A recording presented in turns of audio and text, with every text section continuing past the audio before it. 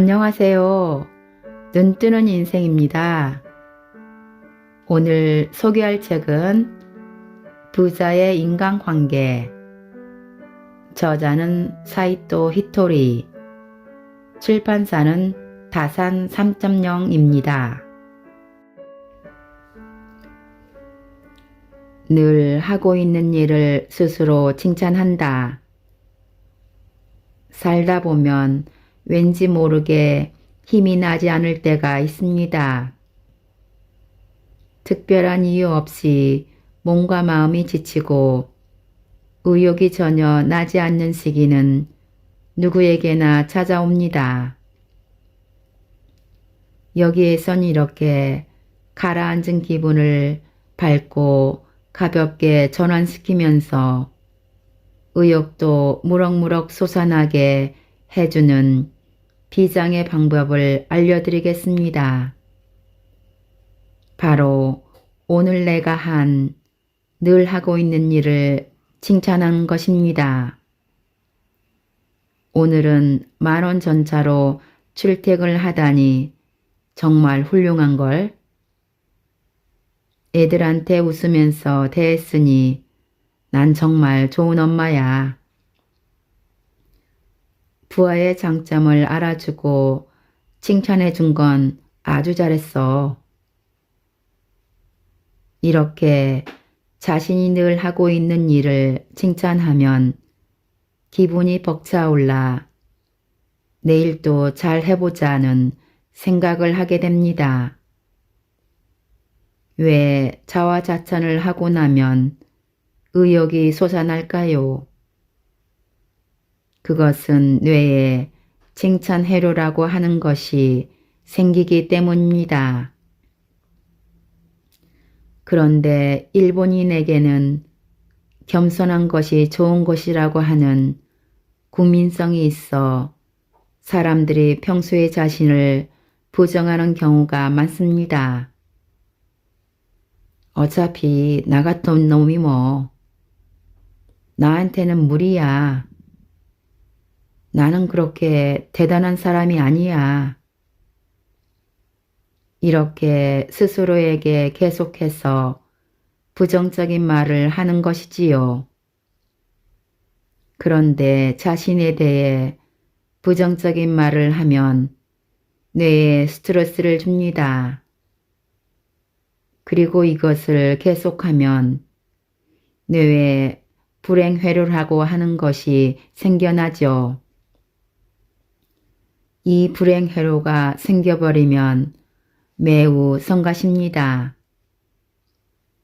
일을 하다 아무리 멋진 찬스가 생겨도 어차피 나 같은 사람이 할 수 있을 리 없잖아 하고 지레 포기하죠.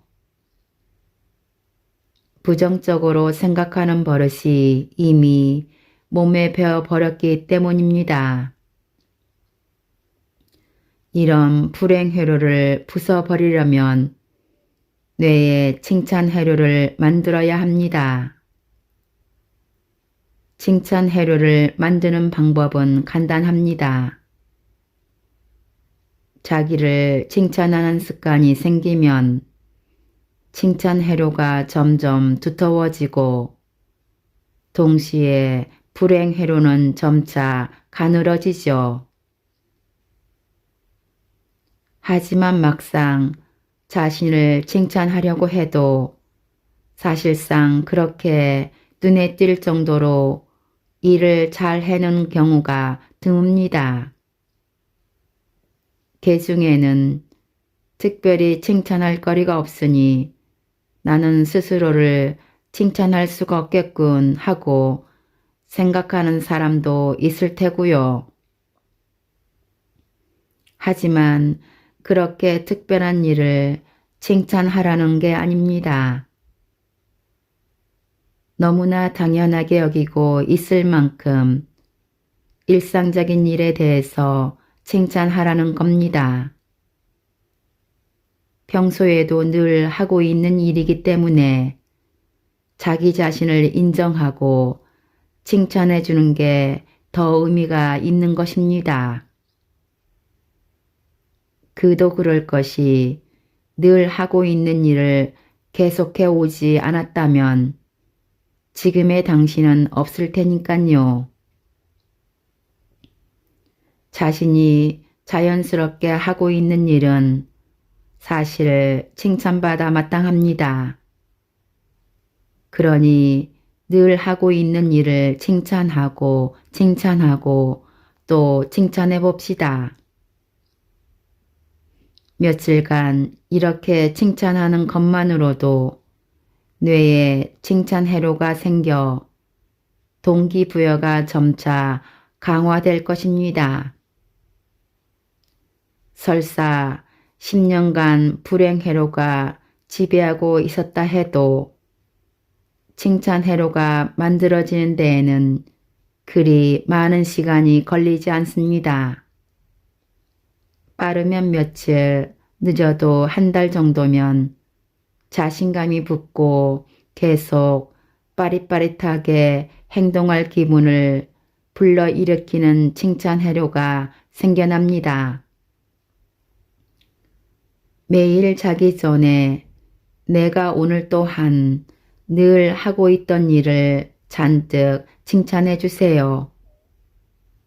당신의 마음속에서 끊임없이 의욕이 솟아날 것입니다. 새로운 것이 있으면 누구보다 빨리 한다. 좋은 사람이라 불리는 사람들에게는 경쟁의식이 별로 없습니다. 항상 상냥하고 친절해서 경쟁을 하기보다 길을 양보하거나 남을 앞세우는 경우가 많죠. 그래서 여럿이 경쟁할 기회가 오더라도 순위는 늘 꼴찌이거나 아래쪽에서도 맴드는 경우가 대부분입니다. 반면 상위권은 대개 실력이 있거나 눈에 띄는 사람이 차지하죠. 그런데 하위권인 사람에게도 한 방에 역전을 할 수 있는 절호의 찬스가 있습니다. 바로 새로운 방식을 도입하는 때입니다. 지금까지 상위권은 점령해왔던 사람들은 사실 새로운 방식을 좀처럼 시도하지 않는 경향이 있습니다. 쭉 성공을 해왔기 때문에 지금까지 해오던 방식이 최고다라고 하는 자신감이 있거든요. 그런데 상위권에 있는 사람이 이런 생각을 하는 시점이 곧 그 사람의 마음이 풀어지는 때이기도 합니다. 저는 이런 현상을 토끼와 거북이 우월을 빌려 토끼는 반드시 잔다라고 표현합니다. 그리고 바로 이때야말로 하위권에 속한 사람에게 기회라고 할 수 있습니다. 새로운 것을 누구보다 빨리 해보세요. 새로운 것에는 아직 익숙한 사람이 없어서 하루라도 1시간이라도 빨리 하는 사람이 이기게 됩니다. 토끼가 푹 자고 있는 사이 거북이는 새로운 방법으로 일을 척척 진행해 나갑니다. 토끼가 그것을 눈치챘을 때는 이미 순위가 역전되어 있죠. 지금까지 라이벌로 보지도 않았던 존재가 자기 손이 닿지도 않는 저 앞까지 가버리고 만 겁니다. 바로 이때가 상위권에 속했던 사람이 하위권에 있던 사람의 진짜 실력을 새삼 깨닫게 되는 시점이기도 합니다. 당신이 좋은 사람이라면 특히 토끼는 반드시 잔다는 법칙을 절대로 잊지 말았으면 합니다. 행운을 잡는 사람들의 가장 두드러진 특징. 좋은 사람은 남이 말하는 것을 잘 듣고 잘 해는 것이 특기입니다. 그런데 늘 남으로부터 이야기를 듣고 나서 일을 하면 어떻게 될까요?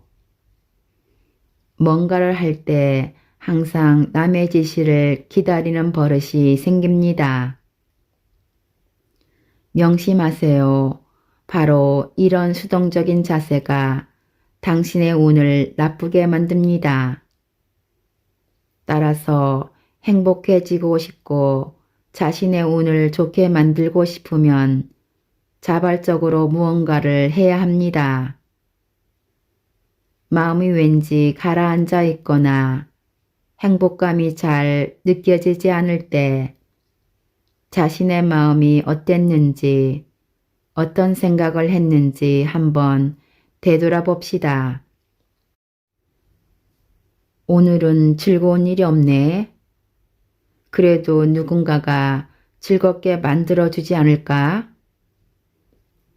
혹시 이렇게 자주 기다리는 자세가 되어 있지 않나요?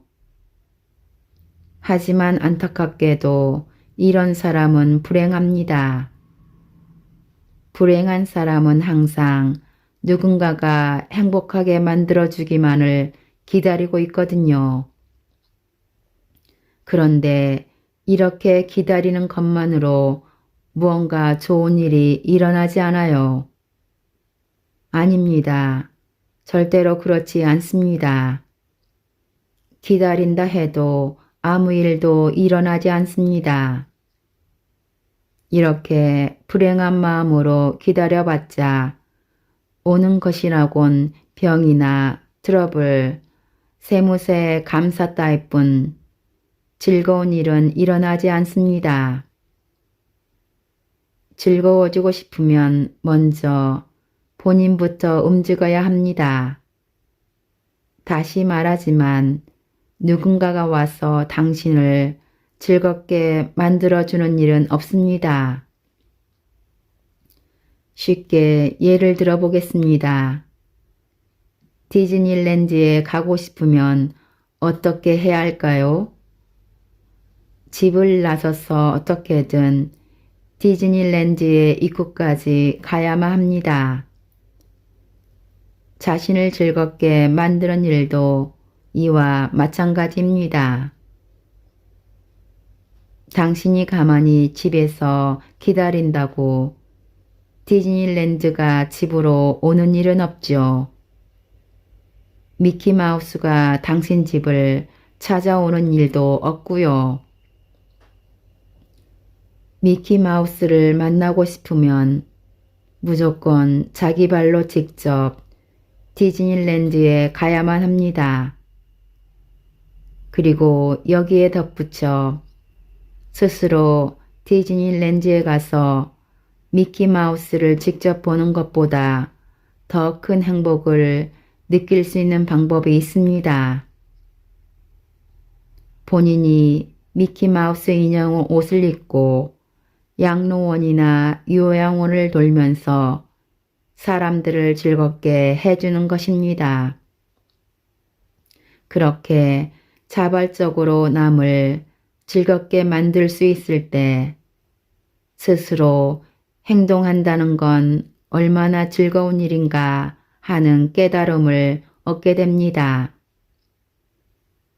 누군가가 나를 즐겁게 만들어주지 않을까? 누군가가 나를 행복하게 만들어주지 않을까?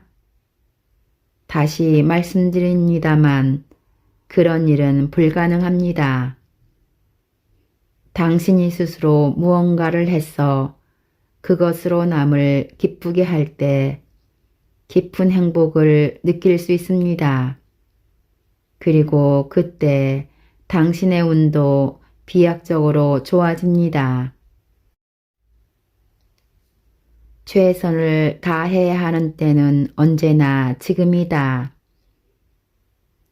세상에는 그보다 더 잘할 수 있을 것 같은데 그저 그런 상태로 머물러 있는 사람들이 많이 있습니다.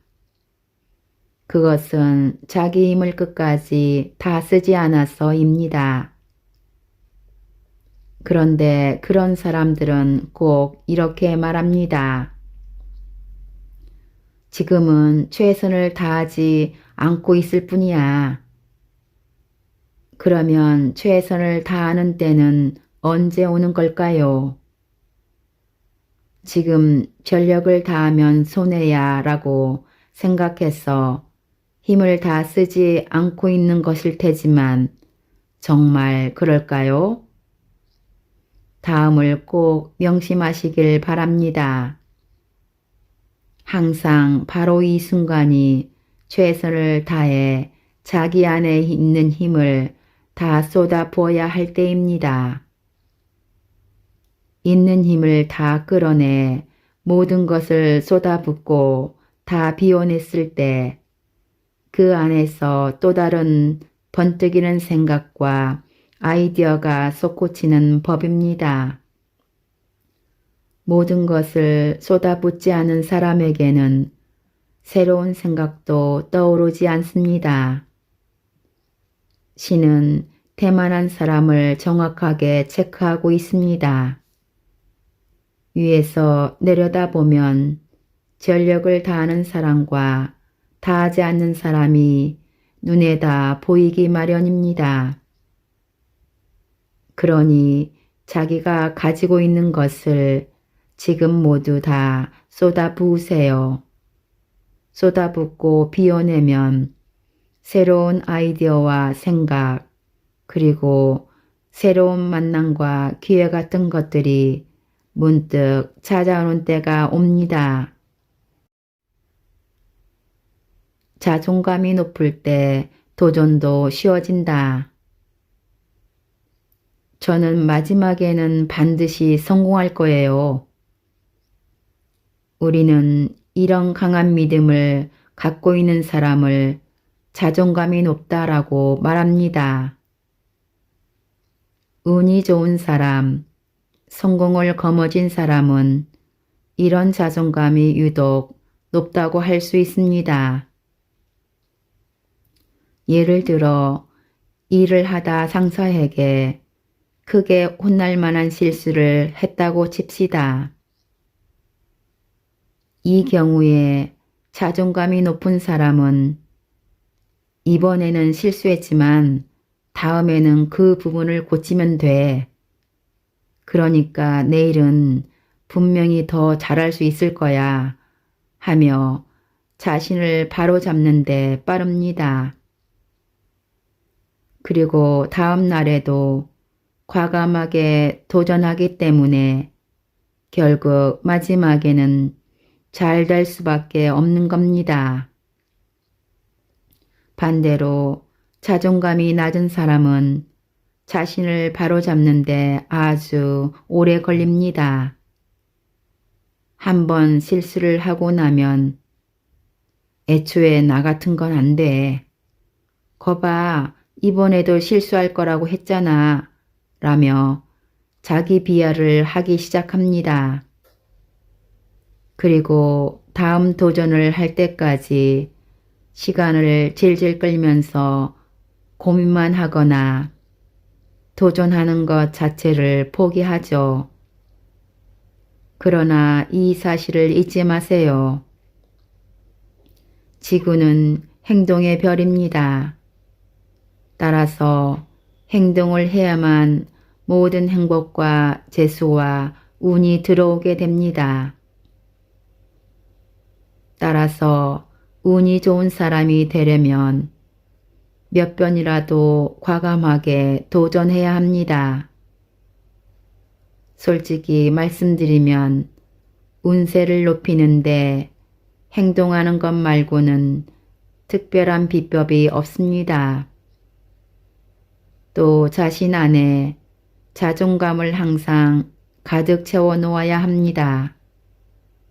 그러려면 무엇을 해야 할까요? 스스로를 칭찬해야 합니다. 적절한 타이밍에 남들로부터 칭찬받는 경우는 많지 않기 때문입니다. 그런데 운이 별로 좋지 않는 사람들은 이렇게 생각하곤 합니다. 누군가가 칭찬해 주지 않을까? 누군가가 인정해 주지 않을까? 그들은 그렇게 생각하면서 계속 자신만의 껍질 속에 틀어박히죠. 하지만 스스로 알을 깨고 찢고 밖으로 나오려면 반드시 자기 자신을 칭찬해야 합니다. 나는 말이지 정말로 훌륭해. 나는 말이지 정말 대단해. 나는 말이지 뭐든 잘해. 나는 말이지 마지막에는 꼭 성공할 거야. 하루에도 몇 번씩 이런 말을 하면서 자존감을 높이도록 합시다. 상식에서 벗어나면 운이 좋아진다. 성공을 붙잡는 방법을 공부해도 운이 계속 좋아지지 않는 사람들이 있습니다. 그런 사람들의 특징은 상식을 신경 쓴다는 것입니다. 이건 상식에 어긋나. 세상의 눈이 신경 쓰여. 남들이 어떻게 생각할지 모르겠어.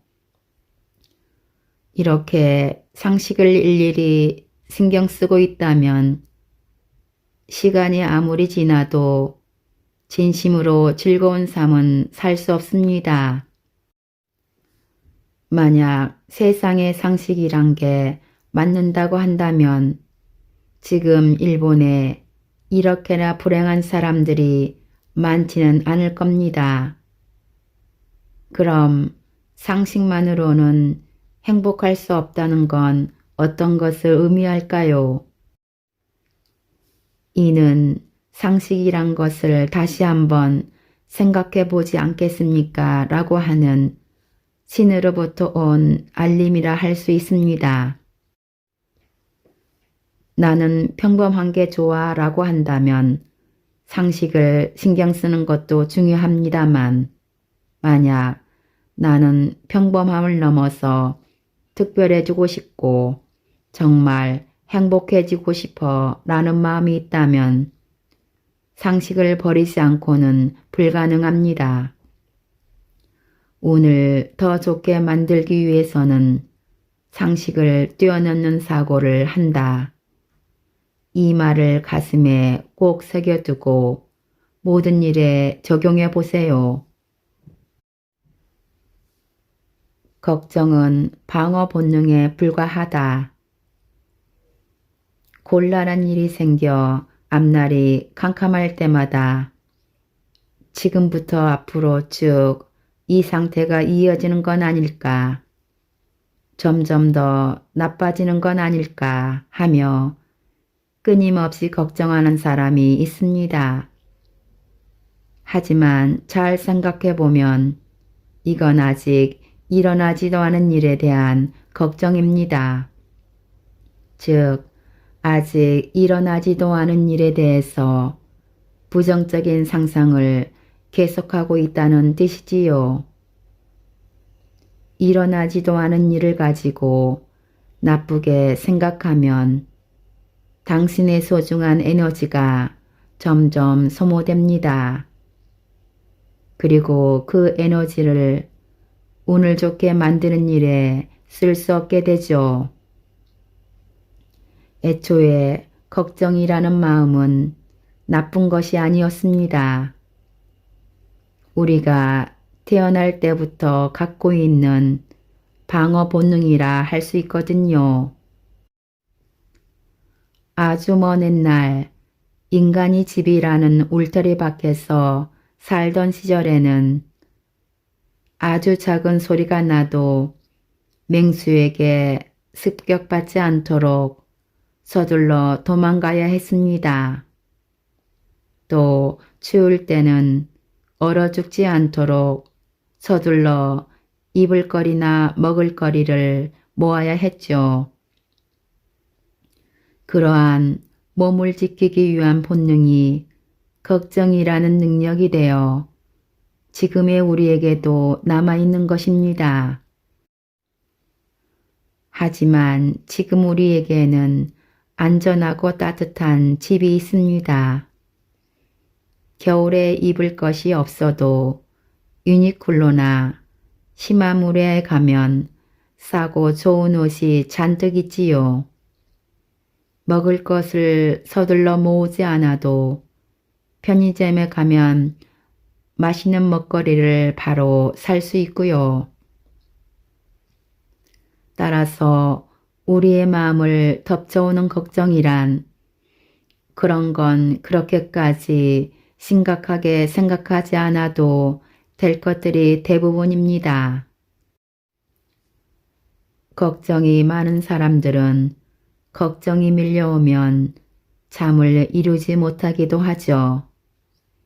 그럴 때는 웃으면서 나는 말이지 정말 대단해.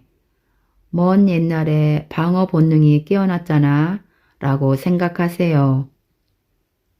에너지를 가능한 한 걱정으로 뺏기지 않는 것이 운을 좋게 만드는 비법이기도 합니다.